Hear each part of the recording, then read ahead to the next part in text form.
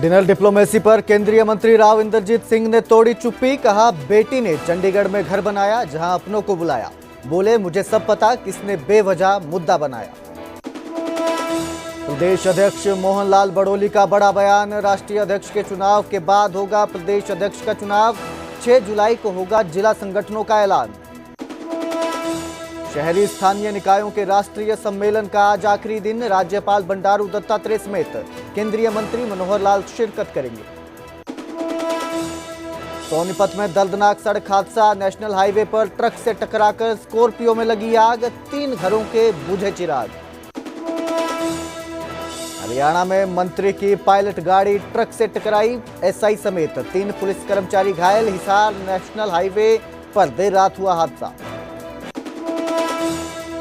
Punjab university में 26 साल की लड़की ने की खुदकुशी। कैंपस में सरकारी मकान के अंदर दी जान। सुसाइड नोट में लिखा किसी की कोई गलती नहीं, मैंने खुद उठाया कदम।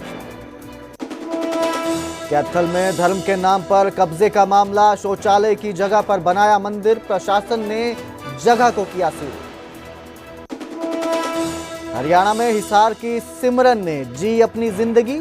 55 लाख के पैकेज पर माइक्रोसॉफ्ट में बनी इंजीनियर। पिता ने गांव-गांव फेरी लगाकर करवाई पढ़ाई। सीएम नायब सैनी ने दी बधाई।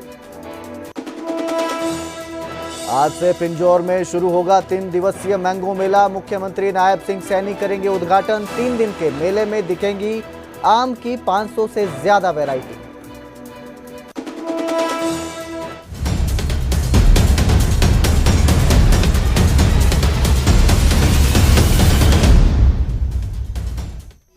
नमस्कार, स्वागत है हरियाणा प्राइम में। मैं कुलदीप भारद्वाज। बुलेटिन की शुरुआत करेंगे बीजेपी प्रदेश अध्यक्ष मोहन लाल बड़ोली के बड़े बयान से, जिसमें उन्होंने कहा कि राष्ट्रीय अध्यक्ष के चुनाव के बाद ही प्रदेश अध्यक्ष का चुनाव किया जाएगा।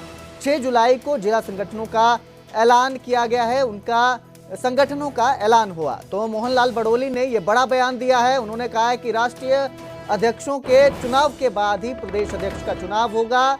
उसके बाद ही चुनाव की प्रक्रिया शुरू की जाएगी। तो इसका मतलब साफ है कि पहले जो है राष्ट्रीय अध्यक्ष के चुनाव की प्रक्रिया होगी जी, तो होगा, जिसके बाद अध्यक्ष का चुनाव होगा और उसके बाद 6 जुलाई को जो है वो संगठनों का ऐलान किया जाएगा, जिला संगठनों का ऐलान किया जाएगा। तो मोहन लाल बड़ोली का ये बड़ा बयान सामने आया है। प्रदेश अध्यक्ष के चुनावों को लेकर यह बयान सामने आया है, जिसमें उन्होंने कहा है कि पहले राष्ट्रीय अध्यक्षों के चुनाव होंगे और उसके बाद ही चुनाव होगा और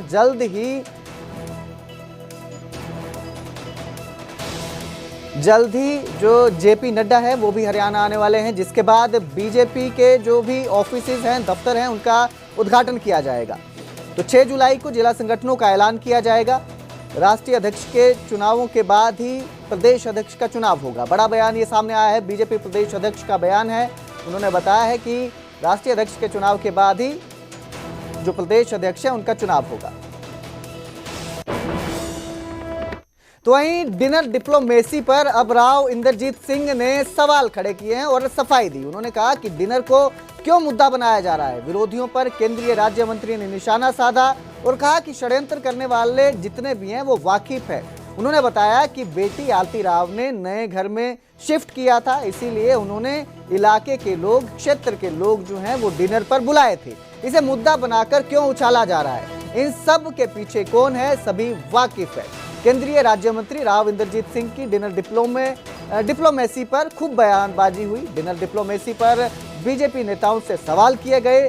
साफ साफ कहा गया कि अगर कोई किसी को डिनर पर बुलाता है तो इससे किसी को क्या दिक्कत हो सकती है और इससे सियासत नहीं होनी चाहिए। इसको सियासत के साथ जोड़कर नहीं देखा जाना चाहिए। अब डिनर डिप्लोमेसी पर राव इंद्रजीत सिंह का बयान आया है और उन्होंने साफ किया है कि उनकी बेटी के घर पर उन्होंने शिफ्ट किया था। बेटी ने तो उन्होंने पार्टी रखी थी, डिनर रखा था, क्षेत्र के लोगों को इस पे इनवाइट किया था। इसमें क्या आपत्ति है, ये उन्होंने बताया कि ऐसे ही से मुद्दा बनाया जा रहा है।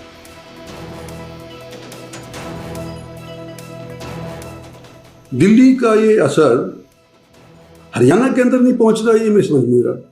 कोई बीजेपी वाले ने, किसी ने ये नहीं कहा कि क्यों किया है। मेरे पास 2-3 मंत्रियों के, 2-3 एमएलए के फोन आए कि जी हमारा नाम उछल रहा है कि हमसे पूछा गया कि भाई क्यों तुम खाने पे चले गए, क्योंकि हमारे से तो किसी ने पूछा ही नहीं है। अखबारबाजी कैसे हो रही है। वीडियोग्राफी कैसे हो रही है, ये यूट्यूब में वाले कैसे कह रहे हैं। और ये कंबल सखी जैसे प्रोग्राम अगर भारतीय जनता पार्टी के आदेश अनुसार होते हैं तो मेरी बेटी का घर पहली बार जब अगर हरियाणा के कैपिटल के अंदर बनता है और होम, वो कहते हैं ना हाउस वार्मिंग, कभी सुना है आपने? अंग्रेजी बोलते हैं हाउस वार्मिंग। नया नया कोई जाता है तो लोग बुलाता नहीं है लोगों को, वो बुलाता है तो पहले अपनों को ही बुलाएगा ना। तो हमारे यहाँ के लोग, ये दक्षिणी हरियाणा के जितने भी लोग हैं, ये सारे हमारे साथ जुड़े हुए हैं।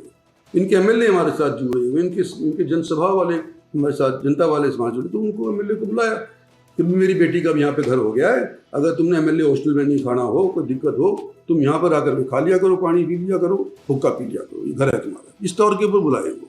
और उसके बाद इस तरह की बयानबाजी जो यूट्यूब में हुई है, अनर्गल बातें, बकवासबाजी, कुछ नहीं हुआ। और भारतीय जनता पार्टी की तरफ से ये आदेश है कि भाई तुम आपस के अंदर कुनबे को बढ़ाओ, भाईचारा रखो।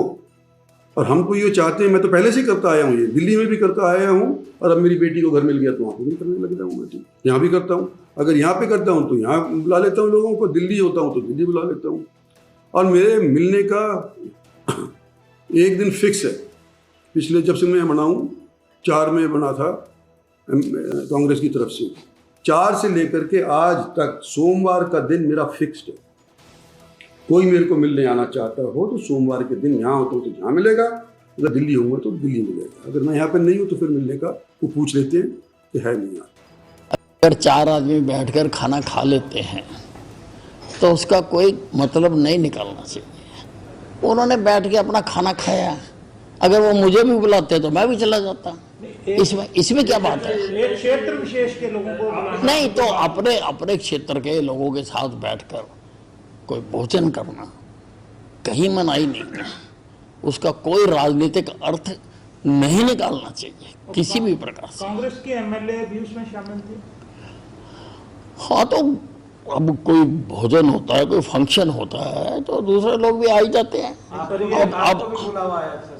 नहीं, मुझे नहीं आया था। नहीं, ये एक ही क्षेत्र के तो sir with in the party, क्योंकि ये पहली दफा नहीं है, इस तरह की हरकतें और पार्टीज में भी होती रहती हैं, बीजेपी में नहीं, पहली बात तो इसको हरकत कहना गलत शब्द है। मेरी जानकारी भाई साहब बिल्कुल भी नहीं है। और फिर यार ये तो हमारे तो आपस में, हम तो जब सेशन चलता है तब भी पार्टी देते हैं, सारे दल के लोग आते हैं और 90 के 90 विधायक भी आ जाते हैं, कभी 50 आते हैं, कभी 70 आ जाते हैं।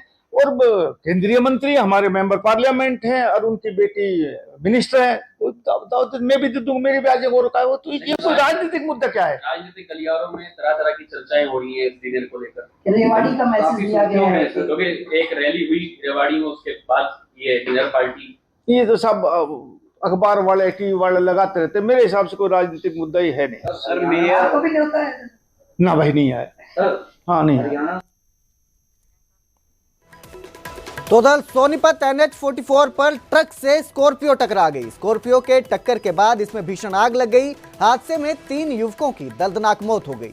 जिंदगी और मौत से जूझ रहा एक युवक है जिसका अस्पताल में इलाज चल रहा है।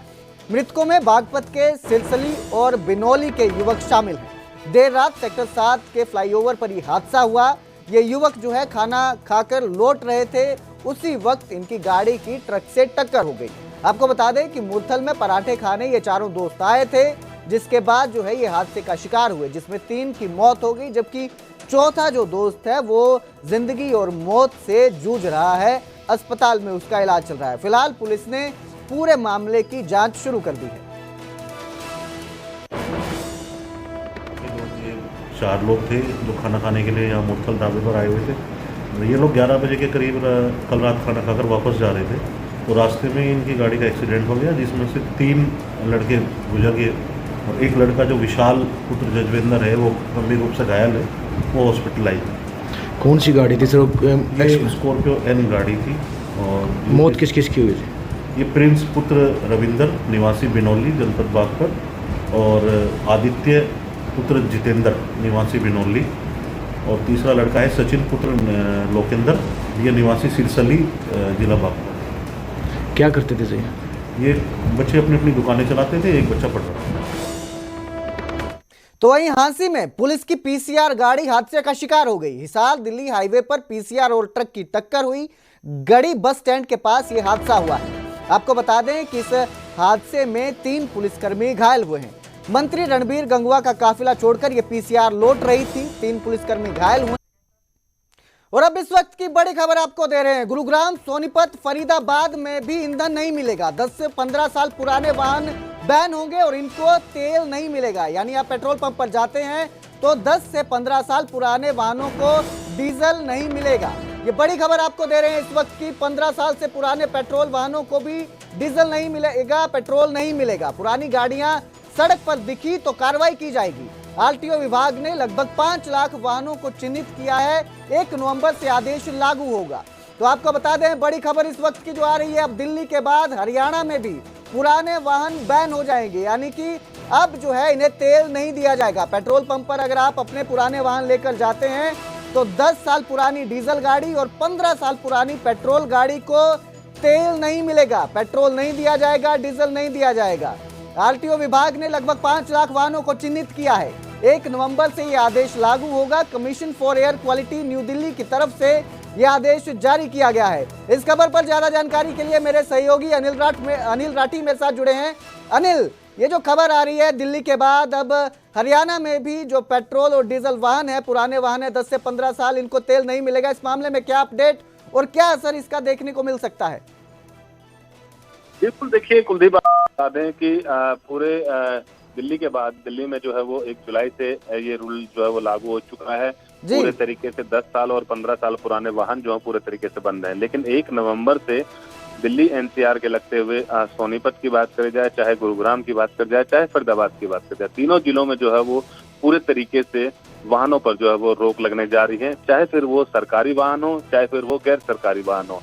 इसको लेकर के जो है वो आरटीओ विभाग और जिला जो डीसी हैं विक्रम सिंह, उनकी अध्यक्षता में एक बैठक हुई है, जिसमें कि ये डाटा निकाला गया है कि लगभग कितने ऐसे वाहन हैं जो कि 10 साल और 15 साल पुराने वाहन हैं। उसमें जो है वो लगभग 5 लाख के आसपास फरीदाबाद से जो है वो ऐसे वाहन निकले हैं, जिसमें कि सरकारी भी वाहन हैं और गैर सरकारी वाहन भी हैं, जो कि पूरे तरीके से 1 तारीख को बंद हो जाएंगे। उसके पश्चात तमाम पेट्रोल पंपों पर जो है वो एक सूचना दे दी जाएगी कि इस डिजिट की गाड़ियों को, इस सीरीज की गाड़ियों को जो है वो डीजल और पेट्रोल नहीं मिलेगा। यदि उसके बावजूद भी वो गाड़ियां रोड पर दिखती हैं तो पूरे तरीके से उनके खिलाफ सख्त कार्रवाई भी जो है वो अमल में लाई जाएगी आरटीओ विभाग की तरफ से भी। जी, जैसे गाड़ियां अगर रोड पर दिखती हैं तो उन पर कार्रवाई की जाएगी, लेकिन अगर कोई पेट्रोल पंप इस तरह से पेट्रोल या डीजल देता है, इन गाड़ियों को मिलता है, उस पर क्या कार्रवाई की जाएगी?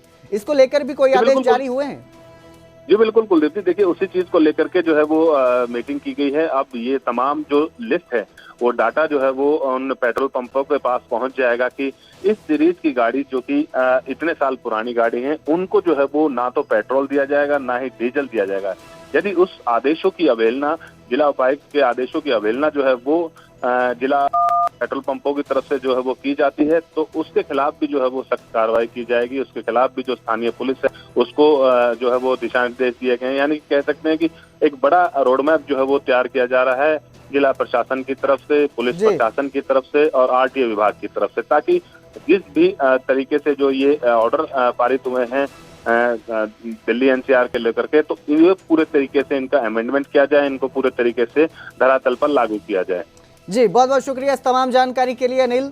तो अब हरियाणा एनसीआर में भी पुराने वाहन बैन हो जाएंगे। पुरानी गाड़ियों को पेट्रोल डीजल नहीं मिलेगा। 10 से 15 साल पुरानी गाड़ियों के लिए आदेश जारी किए गए हैं। बताया जा रहा है कि आरटीओ ने लगभग 5 लाख ऐसे वाहनों को चिन्हित किया है और 1 नवंबर से ये आदेश लागू हो जाएंगे। बड़ी खबर इस वक्त की, पहले दिल्ली ने पुराने वाहनों को डीजल पेट्रोल देने से मना कर दिया था, आदेश जारी किए थे, और अब हरियाणा में भी एनसीआर से लगते इलाकों में ऐसे आदेश लागू किए जाएंगे 1 नवंबर से।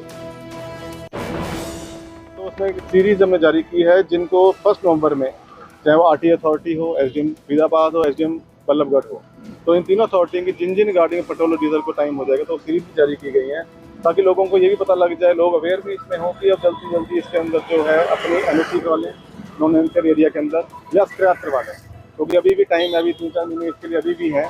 और उसके साथ साथ जो है टीम भी बनाई गई है कि जो अभी फिलहाल जिनको टाइम हो चुका है तो उनको भी हम पकड़ रहे हैं, इम्पाउंड कर रहे हैं जो है, तो ताकि जो पोल्यूशन कम करने के लिए जो commission of for air quality management की जो तरफ से गाइडलाइन थी उसको जो है अंजाम दिया जाता है। लगभग कितने ऐसे वाहन है और उसमें सरकारी वाहन कितने होंगे लगभग? अभी टोटल जो है सारे जो सरकारी मिला के उसके अंदर ही है, इसके अंदर इंक्लूड है। तो 5 लाख के आसपास जो डाटा हमने जो अभी किया है, तो 5 लाख के आसपास 1 नवंबर को जो है जो डाटाबेस के हिसाब से वो वाहन फरीदाबाद के जो है अगर कह दिया जाए तो उनकी अवधि पूरी हो जाएगी।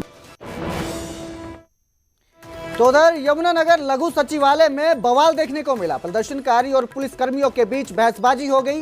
पुलिस की बैरिकेडिंग को लेकर प्रदर्शनकारी भड़क उठे तो शासन के खिलाफ उन्होंने नारे लगाए। डीसी को ज्ञापन सौंपने पर प्रदर्शनकारी अड़े हुए हैं। अधिकारियों के समझाने पर प्रदर्शनकारी शांत हुए। बता दें कि यमुनानगर लघु सचिवालय के सामने उस वक्त माहौल गर्मा गया जब आगाज संस्था के कार्यकर्ता जलभराव को लेकर शिकायत देने डीसी के पास जा रहे थे, लेकिन प्रदर्शनकारियों को पुलिस ने बैरिकेड्स लगाकर रोक दिया। इसके बाद प्रदर्शनकारी काफी खफा हो गए, नाराज हो गए और गुस्से में जमकर बवाल किया। दोनों के बीच काफी देर तक गर्मा गर्म बहस हुई। प्रदर्शनकारियों ने प्रशासन के खिलाफ जमकर नारेबाजी की। हम अपनी बात भी नहीं रख सकते? जनता के प्रतिनिधि हैं हम, जनता ने हमें वोट दी है, हम क्यों ना जनता की आवाज आकर बुलंद करें?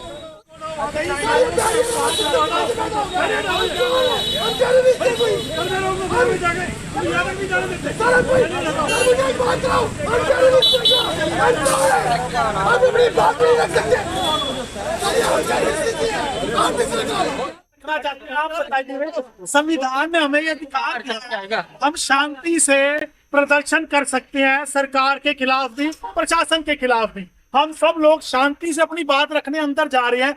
ये पिछले कुछ महीनों से इन्होंने नया ट्रेंड शुरू कर दिया है, यहाँ रोक लेते हैं। अरे हम कोई उत्पात करने आ रहे हैं क्या? अपना ज्ञापन देने आ रहे हैं शांति से। मतलब ये जनता को एक तरीके से ना एहसास कराना चाहते हैं कि हम तुम पे हमारे, हम जनता के नौकर हैं संविधान के हिसाब से, लेकिन बिहेव ये ऐसे करते हैं जैसे हमारे मालिक को। तो उधर करनाल के प्रतिमपुरा में नगर निगम की बड़ी कार्रवाई देखने को मिली। गंदे पानी की ड्रेन पर वर्षों से लोगों ने कब्जा कर रखा था, लेकिन अब कोर्ट के आदेश के बाद नगर निगम ने अतिक्रमण हटाने की मुहिम शुरू कर दी है। जेसीबी लेकर टीम वहां पहुंची और कई मकानों की दीवारें और लेंटर गिरा दिए। कार्रवाई के दौरान भारी हंगामा हुआ, लेकिन नगर निगम की टीम पीछे नहीं हटी। निगम के पटवारी ने साफ कहा कि ये जमीन नगर निगम की है और आगे भी जहां कब्जा होगा वहां इसी तरह की कार्रवाई की जाएगी। तो ये जमकर आपको बवाल देखने को मिला, हंगामा हुआ। नगर निगम की जो ये एक्शन था उसको लेकर लोगों में रोष भी देखने को मिला, लेकिन अतिक्रमण हटाने के लिए जो मुहिम शुरू की गई थी उसके तहत टीम ने कई मकानों की दीवारें और लेंटर गिराए और कहा कि आगे भी ऐसा कब्जा कोई करता है तो उसके खिलाफ इसी तरह की कार्रवाई की जाएगी।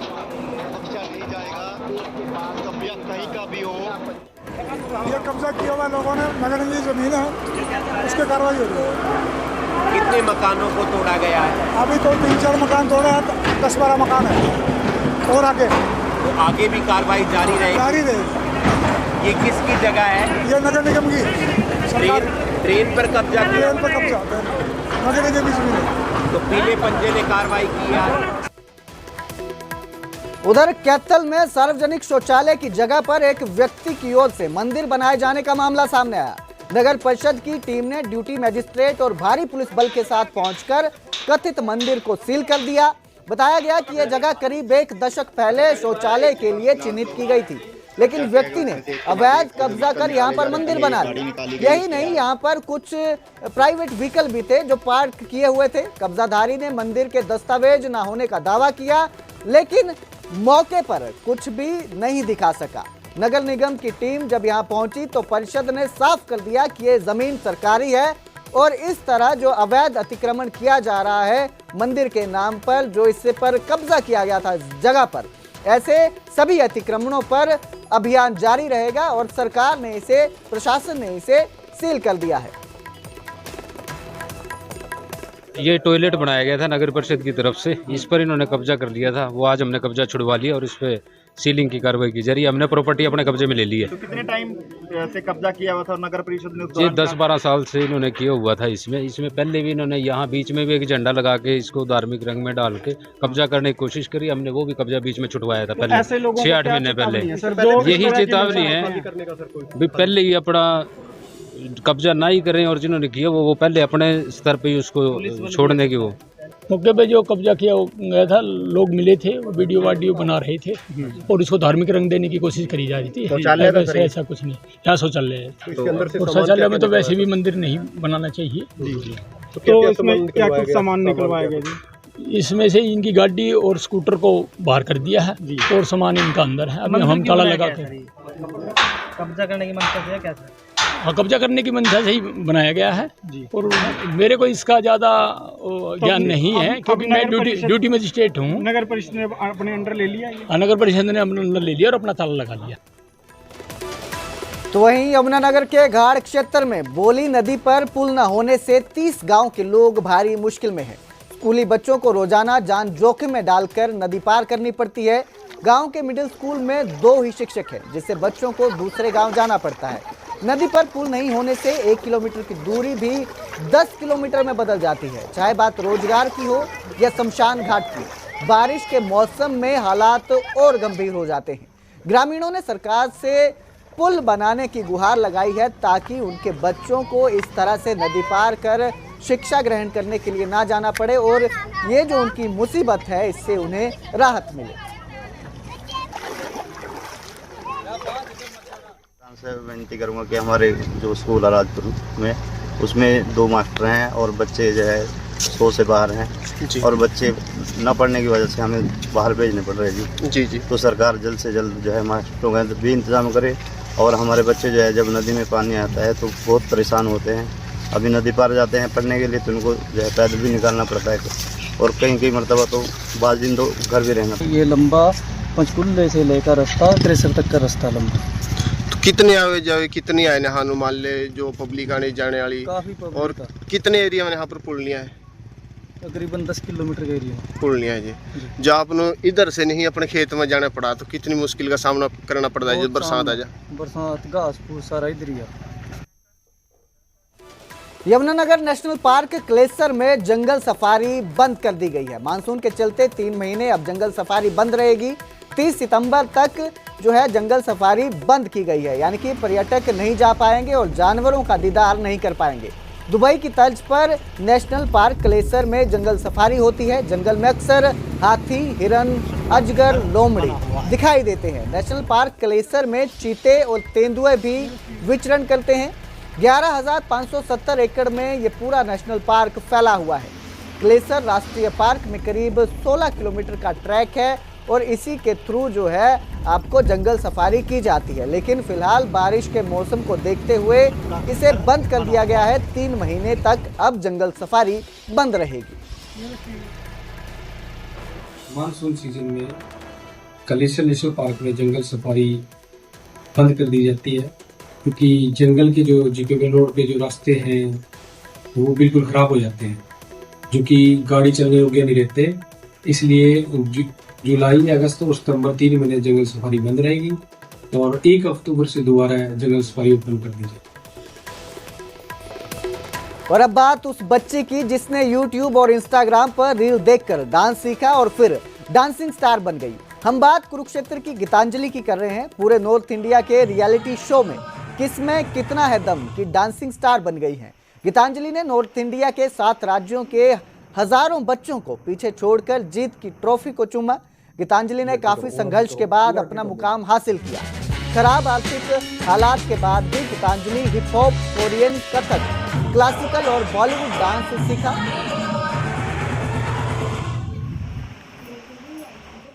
मैडम में भाग लिया था जिसमें मैंने ग्रैंड फिनाले में फर्स्ट पोजीशन प्राप्त की। मेरा फर्स्ट ऑडिशन पिलोवा में हुआ, उसके बाद मैं फर्स्ट ऑडिशन में सिलेक्ट हुई, जिसके बाद मैंने सेकंड ऑडिशन पिलोवा में ही दिया। उसके बाद मेरा 3rd राउंड कुरुक्षेत्र में क्वार्टर फाइनल हुआ, उसके बाद मैं 3rd राउंड में सिलेक्ट हुई। 3rd राउंड के होने के बाद मैं 4th राउंड में गई, वो सेमीफाइनल था, वहाँ मैंने कुरुक्षेत्र में ही दिया। उसके बाद मैं नेशनल में सिलेक्ट हुई और मैं ग्रैंड फिनाले में गई। वहाँ पर मैंने सबको बीट किया, हर स्टेट के बच्चों को बीट किया और मैं फर्स्ट पोजीशन प्राप्त की डांस कैटेगरी में। कहाँ पे हुआ था ये आपका? संगरूर जिले के दूरी चाय में। तो इस बुलेटिन में फिलहाल इतना ही। मुझे दीजिए इजाजत। देखते रहिए न्यूज़ 18 पंजाब हरियाणा।